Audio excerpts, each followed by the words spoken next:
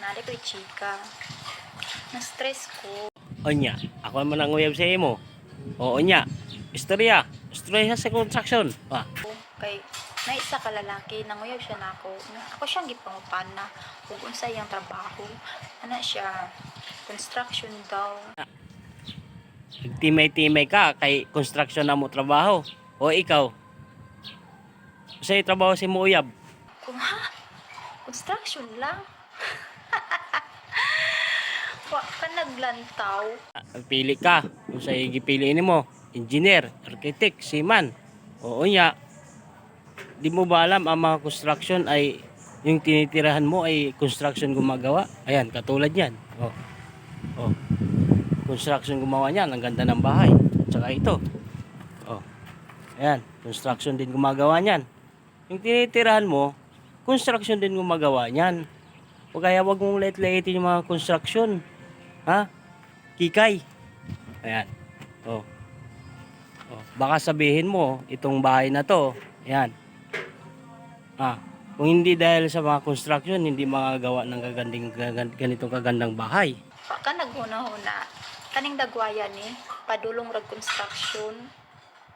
Hoy, mga construction, pamina. Mo ba alam na lahat ng mga building, lahat ng mga tulay, lahat ng mga bahay, lahat ng mga nakikita mo sa paligid ay construction gumagawa? Ay wag mo late-late ng mga construction.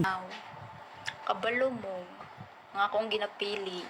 Like kanang pulis, seaman, tapos gwapo, tapos macho. Ibil sa imong kabuang day.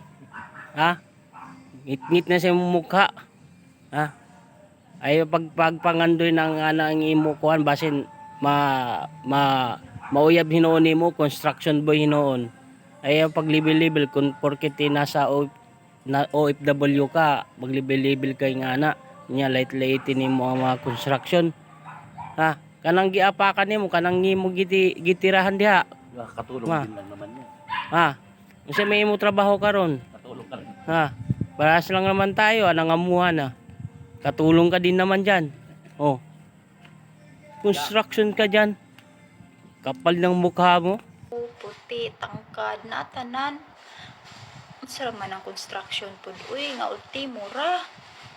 Uy, di jud na ko deserve. Busa, kamong mga construction, ayaw pagtuga-tuga manguyab na ako kay ako. Sa unsa imo giingon tuga-tuga sa imo kanaong? Ha?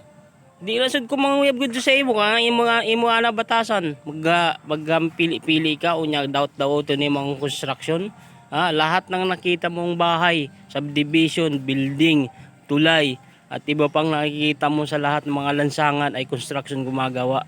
Kaya wag mo lait-laitin ang construction. Porket ganito lang yung trabaho, madumi at palaging pinapawisan, lagi mo nilalait. Kapal lang mukha mo, ha? Nagigigil ako sa Kikay, ha? Kikay, ikaw, ha? Kikay, suntukin ko mukha mo, ha?